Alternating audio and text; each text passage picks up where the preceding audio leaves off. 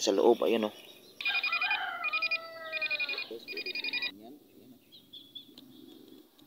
Ito.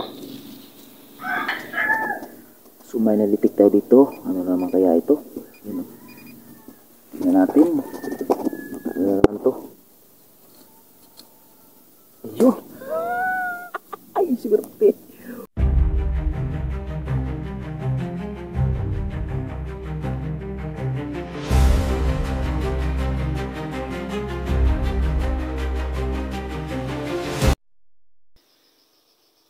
Yo, what's up mga guys? Welcome back to my channel, Amiar TV. So ngayon mga guys, nandito tayo mga guys. Mag-metalitiking tayo dito sa lugar na ito mga guys, gamit ang ating GP pointer mga guys, na ginawa natin ng hawakan. Yan, so ginawa natin siya ng hawakan mga guys.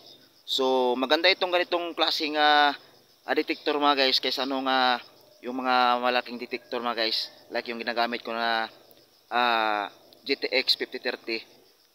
Mas mabuti itong ganito mga guys, kasi pwede nating iano sa mga sulok-sulok, yung mga hindi maabot ng detector natin, na mga malaking detector mga guys. So pwede natin itong gamitin sa mga sulok-sulok mga guys, yung mga madadamong lugar, pwede natin itong gamitin. Okay, so samahan nyo ako mga guys na mag-metal detecting dito mga guys, gamit ang ating GP pointer mga guys. So tara, let's go. So gaya nito mga guys, ganito lang gawin natin mga guys. Di ba? So pag ano yan mga guys, yung detector na yung mga malaking detector mga guys, hindi yan maano dyan mga guys, kasi dito lang sila makakaano dyan. Dito lang sa taas makaswipe. Pero ito mga guys, pwede nating makapasok tayo sa ilalim. Di ba? Yan o. Ganyan mga guys. So dito. Tapos pag ano naman guys, pag wala kayong masyadong damo, ganyan di ba? Makapag-search ka pa rin mga guys ng mga metal. Yan ganyan mga guys, ganyan lang. Di ba? Swipe. Di ba mas advantage tong ganito mga guys na ginawa natin. At kung mayroong mga ganyan, mga sulok-sulok, yan pwede natin ganyan mga guys maka ano tayo pag mga sulok-sulok ganyan. Doon makakuha tayo doon sa mga malayo-layo na di maabot ng mga detector, na malalaking detector mga guys. Ganyan, mga ganyan di ba? So madali lang siya mga guys pag nilagyan natin tong ganitong klaseng detector, itong GP pointer mga guys, nilagyan natin ng handle. Madali siyang gamitin. Tsaka napakagaan lang niya mga guys. Perfecto mga guys pa sa mga ganitong klaseng spot, itong klaseng lugar. Yan okay. So makapag ano tayo, pwede nating ano lang, i-point yung gusto nating ma-detect. Yan makapasok yung ano natin, yung detector natin sa loob, sa ilalim. Yan pag detector na malaki, hindi ito makapasok dito na dito lang siya sa taas, hindi siya makapasok doon sa loob. Pero itong ginawa natin mga guys, makapasok siya sa mga sulok-sulok. Kaya nang ginawa natin mga guys. Okay, diba perfect. Tapos mga guys, pag maglalakad ka sa sa daanan, pwede ka magdala nito. Ganyan mo lang siya ganyan mo lang sa daan mo mga guys. Saka may flashlight ito mga guys, pwede kang mag-detect ng gabi nito. Pwede kang mag-detect kasi may siya, may parang flashlight. Yung light indicator niya mga guys, nagsilbing ilaw niya. So pwede tayo mag-detect ng gabi. So ganyan lang mga guys pag dumaan tayo sa ganitong daan, yan so ganyan lang di ba? Napaka-easy. Baka may madaanan ka na mga bagay-bagay na nasa mo lang, dinadaanan mo, hindi mo alam. Pag ganyan so di ba? Pwede mo pang ikot-ikot ng ganyan di ba? Di ba?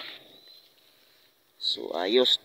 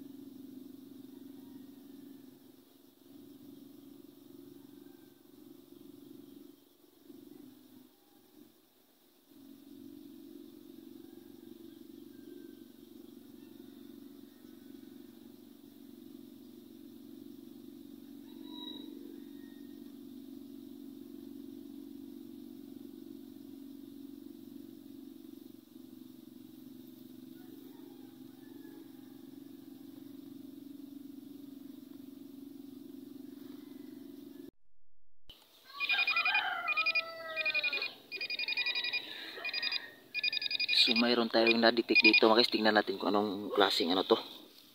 Tingnan natin.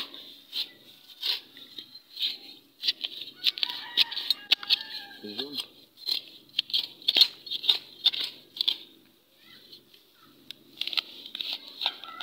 So ito mga guys, isang uri ng can Youngstown. Oh. Okay, na-detect natin mga guys dito. Ayan o. So nadaanan ng ating detector. So yun mga guys. Okay, so yun nakita natin. Sayang at hindi pa ano talaga.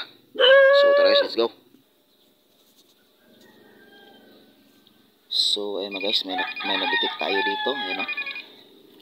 Titingnan natin mga guys kung ano itong na-detect natin. Kaya ito. Oh my golay.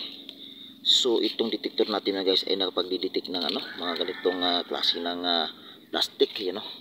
So may aluminum kasi yan. Kaya nag-detect siya mga guys. Okay, tara let's go.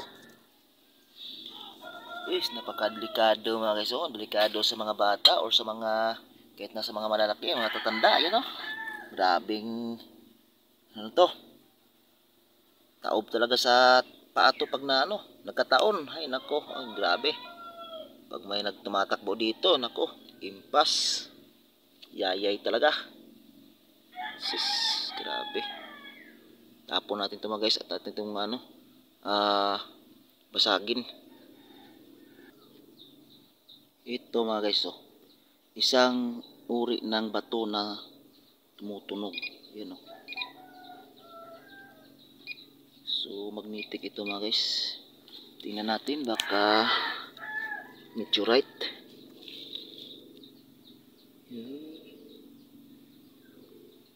Hindi siya meteorite mga guys. Isang uri siya ng ano, igneous rock. Igneous rock mga guys. Siguro basalt ito mga guys. Yan. So magnetic siya kaya siya na tumutunog. Yan o. Takas o. Tumutunog siya sa bato na magnetic. Yan. So hindi siya meteorite kasi marami siyang ano. Marami siyang mga parang quartz. Quartz yata yan o. Quartz talaga. O. Yan tumutunog o. So hindi rin pala tayo ano na ito. Okay. So tara guys, let's go. So may nalitik tayo dito. Ano naman kaya ito? Yun o. Tingnan natin. Ano naman to? Ayun. Ay, swerte. Woo. Pwede. Ay, nako yan o mga guys o. Swerte talaga o. O, kita nyo. O, nakahanap tayo ng 5 piso dito. Ayan o. Tsamba. Tsamba. Hindi ko akalain to Ayun o. Hindi ko akalain to mga guys. Makahanap ako ng 5 piso dito. Ayan o. O. Anep. Nakahanap tayo ng 5 piso pre. Anep pre. O yun o. Diba ang saya mga pre. O. Hindi ko akalain ito. Makahanap tayo ng 5 piso. Anep. Kala ko. Ano naman. Kala ko. Mga lata na naman. Ayos. So, yan. Nakita tayo ng 5 piso. O, diba? Kahit 5 piso lang yan. Masaya tayo kasi nakahanap tayo, diba? O.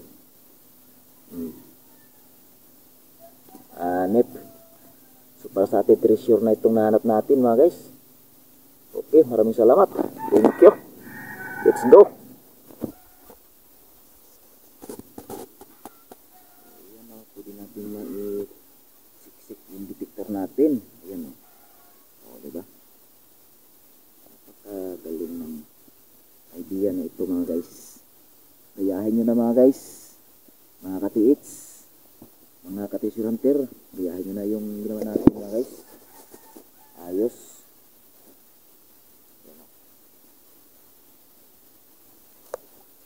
Pwede natin siyang ano. Point. Ayan. Ganyan o. Diba? Ayos.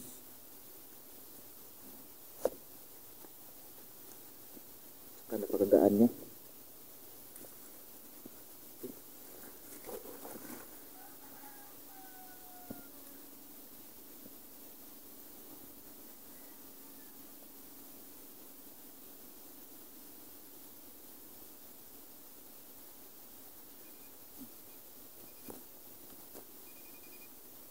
Kaya ito mga guys, tingnan natin. Kaya ito.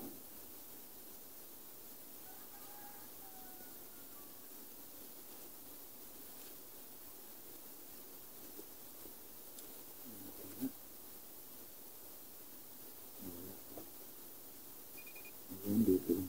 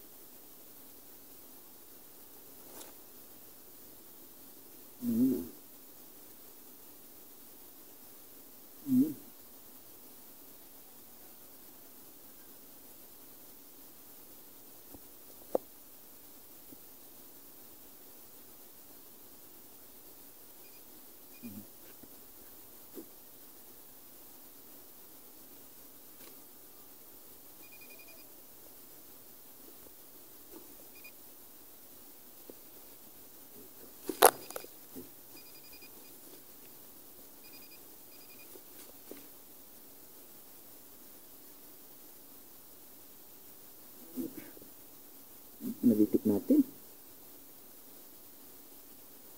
Kumain na. Okay, ayun.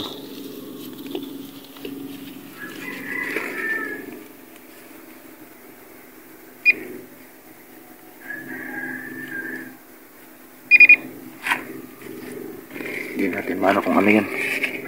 Tumutunog na yan.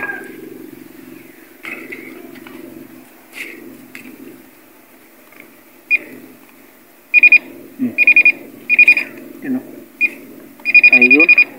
Ito pala mga guys. Matagong ano, yero. Yan o, yero to mga guys. Oh. Kailangan nang tumutunog yan. Let's go.